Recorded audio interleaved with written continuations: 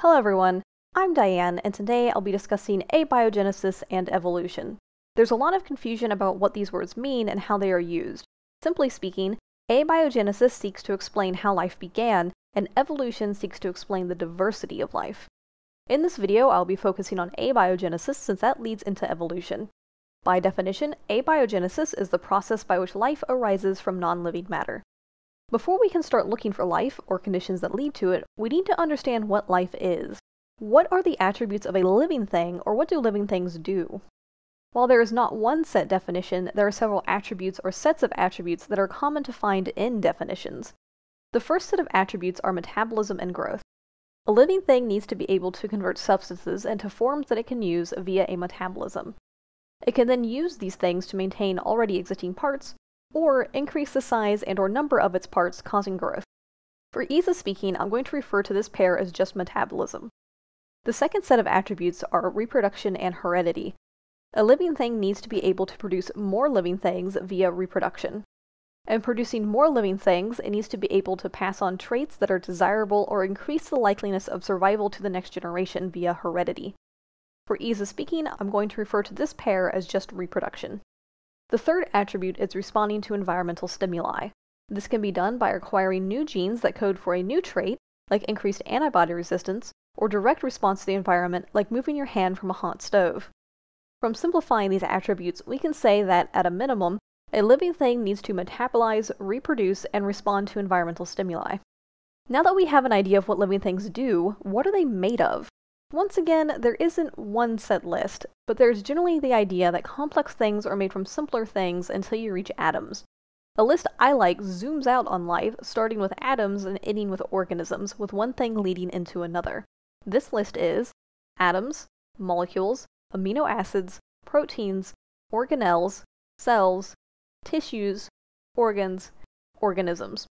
Molecules are a bunch of atoms, amino acids are a bunch of molecules, proteins are a bunch of amino acids, and so on. The key unit in this chain is an amino acid, since it is the first thing we can point to and say that amino acids are uniquely the building blocks of life as we know it. If you go one step lower, you get to molecules, and not all molecules are required for life. One step higher, and you get to proteins, which are made of amino acids. In fact, our genes either code for regulatory instructions or for amino acid production. That's it. There are 21 amino acids that are coded for by our genes, and they are used to make or regulate all our various organs and tissues. Outside of those 21, there are around 500 amino acids in total, and they can be used in other functions of life like information transmission. With our knowledge of amino acids, we have a good place to look for life beginning. We want to find some simple thing that is made primarily of amino acids, can metabolize, reproduce, and respond to environmental stimuli. Of course, since biology likes gradients, we would expect to find things in nature that meet most of these criteria, but not all. Things that are just short of being alive, but with the right nudge or amount of time, they could make the leap into a living thing. Probably the most important thing we find in this category is the molecule RNA, or ribonucleic acid. RNA is a molecule that has simple parts: ribose, a simple sugar, phosphate, and 4 amino acids. From the pattern of amino acids, RNA can code for creating other amino acids and self-replicate. In fact, when it is time for your cells to synthesize amino acids, DNA is converted into RNA first. Because of this, many people hypothesize that RNA is the more primitive but necessary version of the thing that transmits genetic information. At one point, there was potentially an RNA world, or a world that was covered in free-floating RNA readily forming and adapting to its environment. To build on the RNA world idea, there are things out there that include RNA and generally aren't considered alive, but can respond to their environment and reproduce. These things are viruses. The main criteria they fail of being a living thing is that they lack a metabolism, but they can reproduce if there are base nutrients around, and one way they can respond to their environment is by acquiring antibody resistances. This new antibody resistance can be passed along to future generations, which is why there is a new flu shot every year. Some viruses are essentially short strands of RNA protected by a protein layer. Some strands are incredibly short, but still give rise to devastating viruses like Ebola, which contains RNA that has only 7 genes.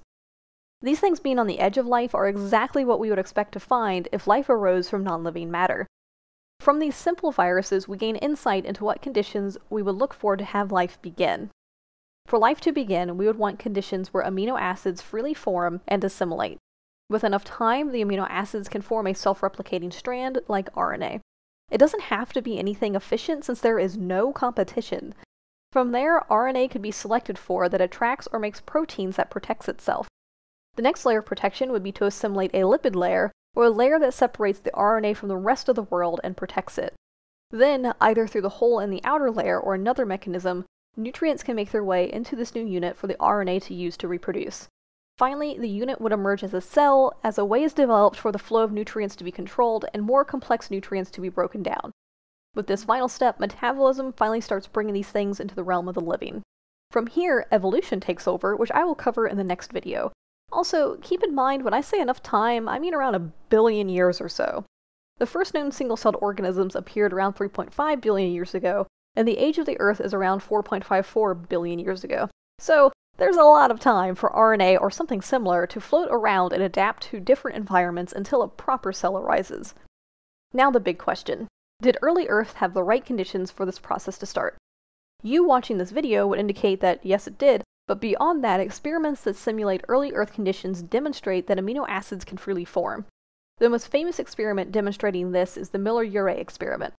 The experiment involves a sealed flask with a broth that contains only water, methane, ammonia, and hydrogen, which is similar to what would be found in early Earth's oceans. Continuous electric sparks were then fired into the broth to simulate lightning storms. After 1 week, over 11 different amino acids were produced. This indicates that early Earth conditions were able to produce the amino acids necessary for abiogenesis to occur. Amino acids have since also been found in space, so it seems that amino acid formation isn't a rare occurrence. So to recap, abiogenesis is a process by which life arises from non-living matter. Non-living matter can give rise to amino acids, which are the building blocks of life as we know it. For something to be considered living, it needs to, at a minimum, reproduce, metabolize, and respond to environmental stimuli. Early life could be simple and flawed since there is no competition and it has billions of years to adapt. Abiogenesis is a complicated event that could have potentially taken millions of years of trial and error to occur. While we haven't directly witnessed life starting in a petri dish, we have witnessed the formation of amino acids and may have simply not given it enough time. Thank you for watching, and I hope you enjoyed this video. I'd like to take the time to shout out my Patreon supporters. I can't properly express how much your support means to me. If you'd like to follow me on Twitter, I'm at DianeDiscusses. For parrot pictures, I'm DianeDiscusses on Instagram. If you have a topic you'd like me to discuss, feel free to message me or leave a comment below. Until next time, I'm Diane, and I hope you have fulfilling discussions.